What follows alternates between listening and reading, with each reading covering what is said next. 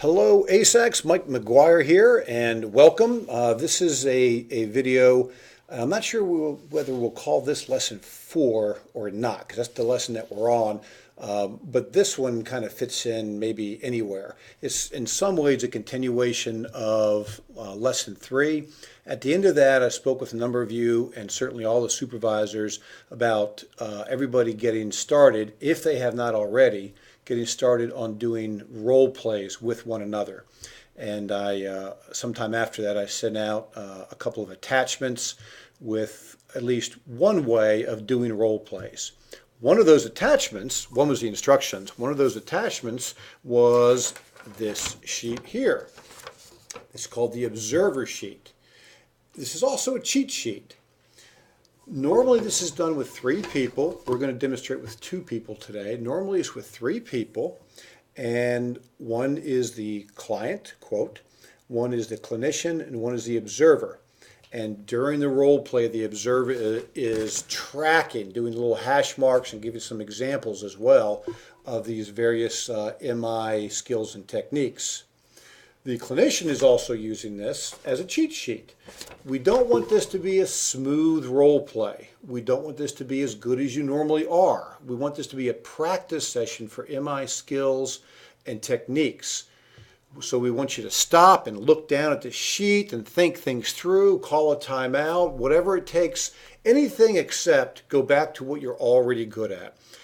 So again, I can't reiterate this enough. It takes a little bit of courage to intentionally not be the best you can be. Instead, stop, pause, think, scratch your head, and force MI skills, particularly early on in role plays. Force them into the conversation. So I would like you just to witness a role play, and you can see how we would do it, including processing it.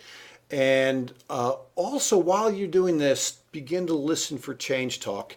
If you can dig up your observer sheet and print it off or have it on the screen next to you somehow, even better. So you can kind of be the observer and start tracking what you're hearing. The observers learn the most in this kind of scenario, probably more than a clinician, certainly more than a client. But all 3 are important. But if you have this sheet, please make that available to yourself and print it off or somehow keep a little track of these things. And really be listening for change talk, which is what lesson 4 is all about.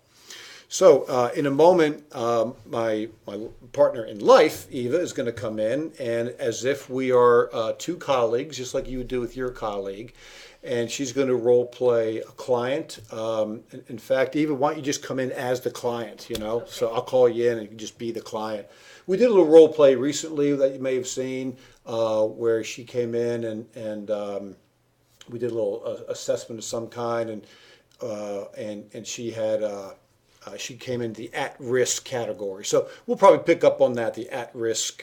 Just know that was the first session. This is the second session, a follow-up, and we'll incorporate a little bit of FIT as well, and then move on to, again, us role-playing, me trying to make sure that I'm looking at my cheat sheet and forcing MI skills in. Okay, Eva, come on in. All righty. Hi, nice to see you again. Nice to see you. Thank you so much for being right on time. Were you waiting out there long? No. Yeah, I thought I saw you pull up there, so terrific. Okay, well, thank you. I'd like to launch right into each session, as you may recall, the same way we did last time, which is you fill out just a really quick form. Okay. And I've got one blank one right here. That's called the ORS, the Outcome Rating Scale. Just a quick reminder. This is how you've been doing over the past about 1 week. So really since we saw each other. So not just this moment, but overall in the last week, each of those categories. Yeah, and just put a line or an X on the line there. Okay. Okay, and now you may remember we use this tape measure, and the bottom is the centimeter side. Right. And you just leaned it up there and called it out, and I wrote down the number over here. Excuse me. Okay. And I'll add those up in just a moment. Tell me when you're ready. I am ready. 7.1. 7.1. 5.5. 5.5. Next one's 5.5. Same there. And then 6.4. And a 6.4. Let me add those up. 24.5. And I will go ahead and put them on that graph that we looked at a little bit last time. Okay. 24.5 is there. I'm going to attach these two scores together so we can begin to see what's happening. Okay. This was last week. That's where you scored on that outcome rating scale, which is basically how the heck you've been doing. And that score, like this score, was below this thick dash line, which as a reminder means that if you score below it, you're more like other people that seek counseling. Or another way to think of that is you're more like those that are looking to change something in their life. And just a little bit lower here, but lower. And next to the last score, what is that? Maybe up about a point. So almost the same score, but let me ask you, does that capture how you've been doing? I think overall, yeah, it definitely misses some of the things that happened since we last met, some of the little blips. There's been some blips between them that may not have been captured there too well. And that's very useful for me because this is a tool for creating conversation. So that jumped right into it. Would you like to start with the blips or those what they didn't definitely. capture? I was wanting to talk with you about these things. Terrific. All right. And if I can, let me get this from you. I sometimes, as you remember, I take some notes on there. And Okay. as a reminder, those are just things so I can remember, but you can look anytime. There's nothing secret going down. It's just a reminder for me. Okay. All right. So let's talk blips. So the first blip happened shortly after our last session. I went home and told my husband what had happened, Yeah. That was okay, right? I can tell him what happens in here. You certainly can, and you sure don't need my permission. Okay. Yeah, it's your life. Okay. So, so I mentioned that I scored in the at-risk category, and I was sort of laughing it off. And he was too. And then a little bit after that, maybe a couple days, I was drinking pretty heavily one night. And, it was the holidays and just having a good time, hanging out at home, not a dangerous at-risk situation at all. But he sort of brought up this issue that, well, maybe you're drinking too much. Remember what that test said? And I really got upset about it. And plus I was drunk, so that amplified everything for me. And so we got into a big yelling fight about it. Over that very topic. Yeah. And what about that? Well, at the time, I was really mad at him because I felt like he was saying something that I had told him in confidence about, a session with my therapist and kind of throwing it back in my face. And so at the time, that was my issue. Now, with a little bit of time and reflection, I sort of realized that he was really coming at it at a concerned level. And he'd actually mentioned wanting, because he drinks quite a bit too, that wanting to cut down. And so I think he was also sort of wanting me to be a little bit more supportive of him in a way, if that makes any sense. First, what strikes me is you're the kind of person that looks for an opportunity on your own terms to reflect, think about yourself. How do things fit with my life? Maybe not right then in the moment. Not when I'm drunk. And certainly not when you're drunk. But given time, you think back to the session and what was that score and does it really apply or not? Kind of like this. This was a score, but I had to check and see, does it apply? Did it make sense? And you went, not quite, because there's some blips that didn't capture. Right. Just like that other score, that audit was the name of that tool that we used. It gives a score, but then you have to reflect, if you're willing to, and think, does it apply or not? Right. Yeah, we should tell the viewers that the screen freezes sometimes, so we're going to just move it or click it once in a while. So hopefully we won't have IT problems here like we did a moment ago. Okay, thank you for doing that. Sure. So you're the type of person that's willing to look at herself and see if things are as they seem. Yeah, definitely. And when you had an argument with your husband about this very topic of drinking, not right then, but later, you started thinking about it like, how does that fit in? Yeah, and I think what helped me reflect was the second blip, which was just this last weekend. I went to a wedding, and there's 2:30 in the afternoon. There was no drinking. The couple getting married was very religious and chose not to serve alcohol, but it's 2:30 in the afternoon. It's not like that's a typical time to drink anyways. Maybe at a wedding. Anyways, so I was really surprised in this situation by two things. One, my own triggers for a desire to drink, being at a wedding and being sort of in a festive situation and really craving a drink.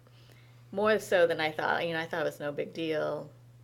The other thing that happened... Can I back up there? You mentioned the word triggers.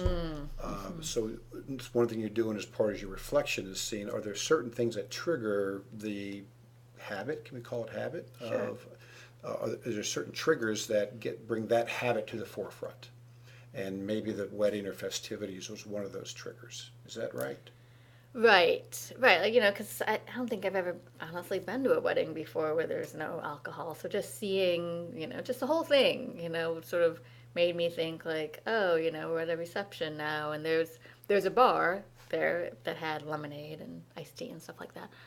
But it was interesting for me to realize how much more of a big deal drinking is in my life than I had sort of thought it was. If that makes sense. You thought the habit, the drinking, whatever it is, was at one level that was just under your control whenever you wanted to. Right, just for fun. Just for fun, yeah. and you would decide when and where. Right. This event, quote, triggered, and I think the word you used was a craving. Is that the word you used? Tell me about the craving. Well, just feeling like, oh, I'm drinking lemonade. I wish there was some vodka in this, or oh, I wish I could really use a beer right now, and just those kinds of thoughts. And toasting. We toasted the bride and groom with lemonade or iced tea or something. It just felt strange.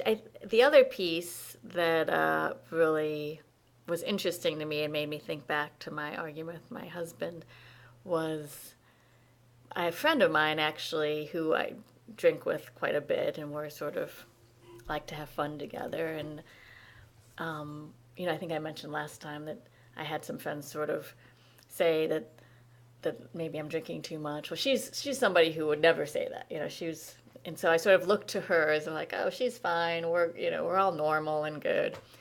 And so she shows up, and she's a little tipsy, and she's got a bottle of vodka that she's got in her purse that she's spiking her lemonade with, and she's like, hey, you want me to spike yours? And, on the one hand, I was having that urge, but on the other hand, I was really sort of turned off by it.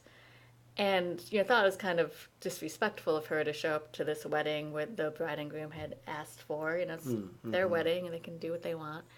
But also sort of saw myself in her. I'm like, is that what I look like when I'm drunk? Like, I can't, so it's sort of a manifestation of my own urges gone the other way. So anyways, that was a real sort of realization for me.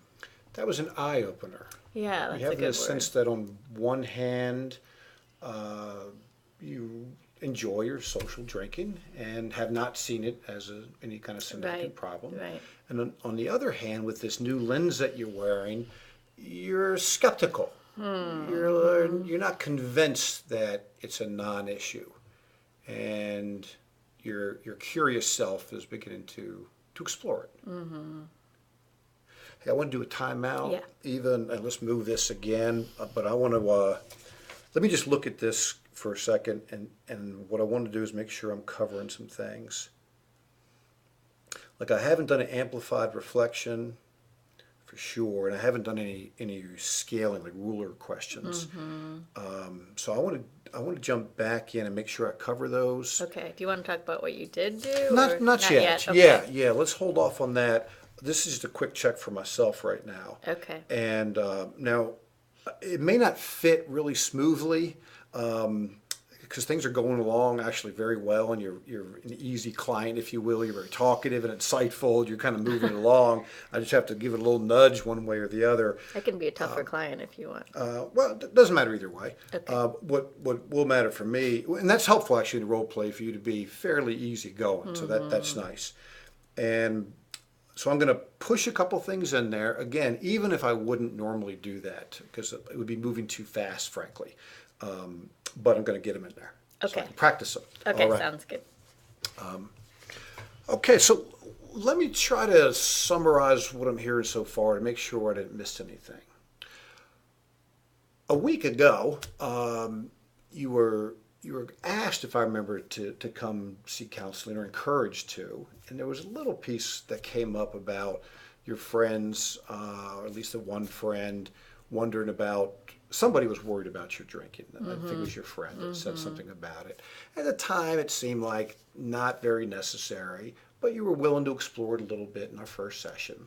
Surprised about the score, like, according to somebody, this is, quote, at-risk behavior, which means it could be risky for you. It doesn't mean it is. It means it could be. And where a lot of people would just say, nah, not me, you're a little bit more introspective than that, and you kind of had it in the back of your mind, even to the point where you offered the information to your husband. Yeah. Fast forward That's true. yeah, okay. So you invite him into that to kind of maybe be another pair of eyes, although kind of laughing it off a little bit. You did that. And later, after drinking some and maybe think you were a little bit more volatile than you would be otherwise, he brought, volatile may be the wrong word, I'm sorry, but somehow he brought up something about, hey, you're drinking, just like that guy said. You're like, whoa, slow down there, mister. I'm the one who brought that to the table. Don't tell me, I'm a grown person and can look at this through my own lens. Thank you very much. Nonetheless, you continue to do just that. You examine it. And you really were wondering about it at this wedding. How does drinking fit in? You sort of expect to have it at a festival, festivities. And when it wasn't there, on one hand, fine and dandy, let's respect them and not drink. On the other hand, there were, quote, triggers and cravings that came along with it. And now you remain at that place where I don't want to just drift through my life. I'd like to slow down and be intentional. If it's an issue, then maybe I address it. If it's not an issue, then I can check the box and keep going. What did I miss? I think the piece that maybe you missed a little bit was that seeing my friend sort of, and seeing myself in her and being kind of turned off by that. That was important to you. I That did was miss really, it. yeah, that was a big part of this whole Help me thing. understand the importance. Well, I just, I wouldn't want to be like her, I mean, that sounds horrible, and she's a fine person, but even though I was having those cravings and urges, like, I didn't want to be somebody who was going to show up to a situation where alcohol was not being served or sort of sanctioned and being drunk and you're 12 years old or not 12, 14 or 18 or something and sneaking in alcohol, I just found it really sort of repulsive. And I was thinking about, well, maybe when my friend said that to me, maybe that's how they were looking at me, and when my husband said it to me, like maybe they were having, so it's really sort of, for me, the biggest culmination of this whole thing was me looking at my friend with repulsion and thinking, wow, is that how these other people who I care about were looking at me? Thank you. I think I do understand better. I think I understand even by the word you chose, being repulsed, repulsion. Yeah. It's a very, very strong word. It's a Yeah. heavy word. Yeah. You didn't just see your friend, who obviously you enjoy being around her. She has wonderful qualities. You didn't just see your friend and those qualities that you don't like her drinking. But you began to wonder, were those some of the same qualities that I'm exhibiting? Right. And And- other people who I really care about and want to remain in my life are seeing in me.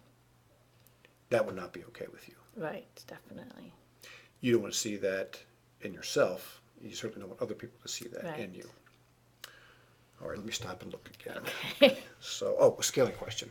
Yes. Let me ask you a question, like a 1 to 10 kind of question, so I Okay. can understand a little bit better. On a scale of 1 to 10, how important is it to you to examine this just to be sure there's not an issue there? How important is it to look at? How important is it? I think Yeah. it's really important. I think it's like maybe an 8. An 8, way over halfway. Why is it not a lower number, like a 6 or so? Well, I think if it was last week, it would have been, but these last couple events really made me think like, wow, this is a bigger deal than I've been making it out to be. And life is short, and Life is short. yeah, and I heard you say something like you don't want to just drift through life, and that's definitely, like you mentioned that I was on time. Like I'm the kind of person who likes to be intentional about things, I'm Yeah. not just gonna show up when I show up, I'm gonna plan things out a little bit. So You have this kind of innate awareness that, or this sense that it's one time around, and I want to make good use of it. right. And doesn't mean I'm perfect, but it means if there are certain habits that chronically get in the way, I'm the type of person that'll probably address those habits. And you want to look at this habit. Yes. Let me stop here. I have a couple other scaling questions I was thinking of, but let me just Okay. stop. Yeah, so let's move this mouse again. Let's really hope that this is recording. I know. All right, so then I think what we'll do, normally there's, again, 3 people. The observer facilitates the conversation, and they always start with the clinician. Now, you think you start with the client because they're the most vulnerable, but that's just a role play, right? So the most vulnerable person is really the clinician Right. who's out here throwing their stuff out, right, in front of the Yeah, world to see. It's kind of easy to be a client. Right, that's right. So, without an observer to facilitate that, let me just start. And kind of 2 levels. One is sort of a how was it for me? And then I may also look at some specifics here. And then I throw it to you and ask that you be basically strength based, but it doesn't mean you shy away. For example, if you noticed a pattern of me being MI non-adherent, like if I was giving a lot of advice, it's important that you say that. So if I can start with myself, let's see. Yeah, definitely didn't feel it was my sort of best stuff. I think I had my mind going. I'm not role playing now. I'm speaking real. I felt that mine was going lots of different ways, like checking this and wondering about the different levels.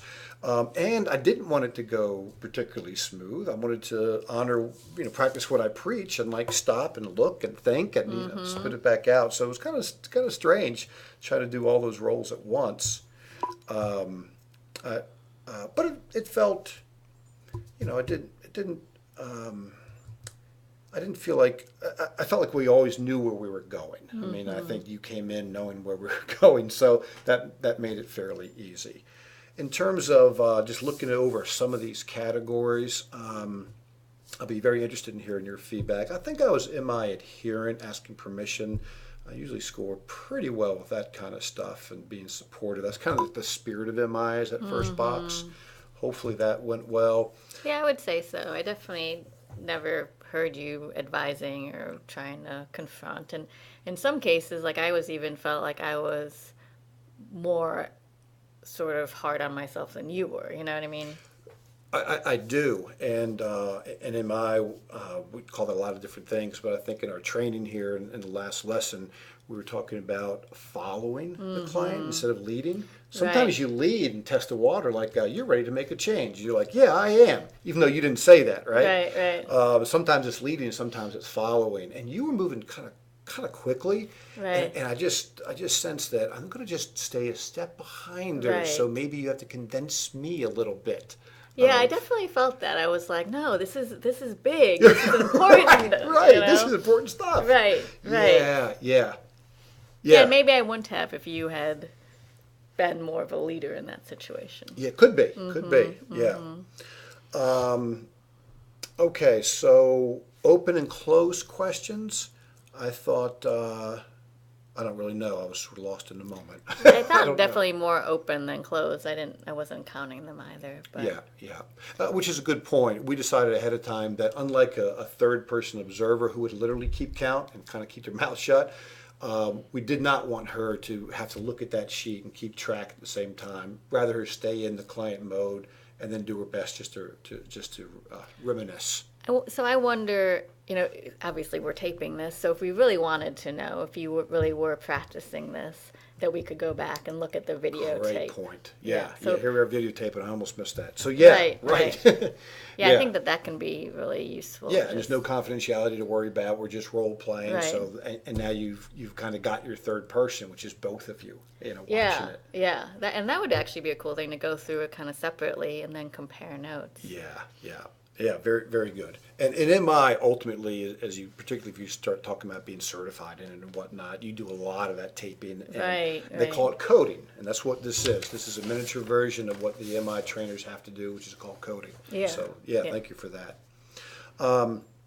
We won't necessarily go through each one for the sake of time, but what else would you like to mention? I definitely heard a lot of affirming in terms of being somebody who's intentional and reflective, and so that was nice. Good. I definitely felt affirmed. Yeah.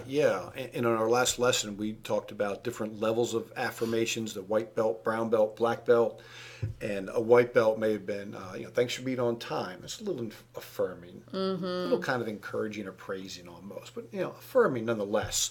But I would say maybe a white belt level, where the black belt levels tend to talk about the character of the person, and it was. For me, I felt a little bit forced, but I'm not hearing that you necessarily felt that way. There was definitely good quality things there to affirm. I think I said too much. I like an affirmation to be well-timed and just. I did find you're that the type of person. now that you mentioned it, and I didn't think that there was anything wrong with it, especially if you're saying something that's sort of nice to me. I like when people say nice things to me, but. Even if it's all made up. But I do remember thinking, like, oh, he's going on a little bit long about this. And I was thinking, oh, maybe he's just trying to make sure it's clear that it's affirming. Yeah, no, I got trapped. I'm not sure where or how, but I remember being kind of trapped. Like, that's not the way I like to do an affirmation. It was as if it wasn't presented to me quite right yet. And I tried to attack it, and I had to explain it. Right. Instead of it being so clear, all I have to do is say, right. You're the type of person that, ... But maybe because you were trying to check that off your list. Yeah. Well, thank you for bailing me out. Yeah. Anything else? Let's see. I don't remember you doing a double-sided reflection. Did you do one? I did one, but it was. Let's see. I guess I don't remember a lot of details about it. But I literally, if I remember correctly, I did on the one hand this, on the other hand that. Yeah. I think I made that as part of a summary, so it maybe. got Yeah, I definitely swallowed heard up. some summary in there, which was good. Yeah. Lots of summaries. And then obviously the scaling question at the end. Yep, a little bit of scaling question. Now these next pieces down here are about change talk, and this lesson that they'll be looking at shortly, or just have, is really all about change talk. And so what you can do is listen to this again if you didn't do this already with your change talk, and we've listed desirability, reasons, needs, and then one combined under commitment there. And you can just listen for it and write it down and score it too. Was it a +1, a +5? So you had a lot of change talk. And what I try to do with change talk is first notice it, anchor it. If you're talking about positive change, I want you to hear it 3 times. You hear it when you say it, you hear it when I reflect it, and you hear it when I summarize. Not every piece all the time, but that's kind of the gold standard. You hear it 3 times if it seems like it's something important and it's moving toward change. Ability, you spoke a little bit about your ability, but it was actually moving down in number, which is interesting. Like, I would have thought I could have quit easy, but now I'm a little bit lower than that. So normally we want those numbers to go up, but it makes sense because before you weren't taking it very seriously. So really your baseline is whatever you said this time, like a 6 or something like that. Yeah, we didn't do that. Wasn't this video? That was the one that got erased. Okay, so just so you know. Yeah, so that ability, is going to fluctuate. If you had asked me, I would have. Fair enough. Definitely gave some reasons for change, and that needs often crossover. And I haven't asked for, nor have you given any commitment. Right. And I was definitely not talking about just abstinence. I think it was this one, not the one that got erased, but I tried to throw out. Whether you decide to stop entirely or cut down, I want to make that clear that it's still up to you what you want to do with Well, this. let me ask you this. When you asked how important it was, what was that getting at from a change talk perspective? Like, isn't that some level of commitment? That is. The way I framed it was simply how important it is for you to explore it.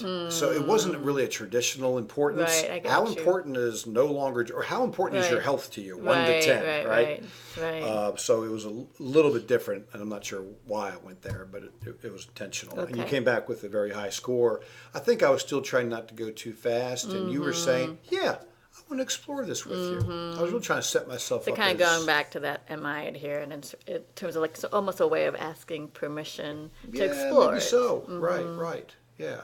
If you want to explore it, you can do that here if you want to. Right. Kind of thing. Okay. All right.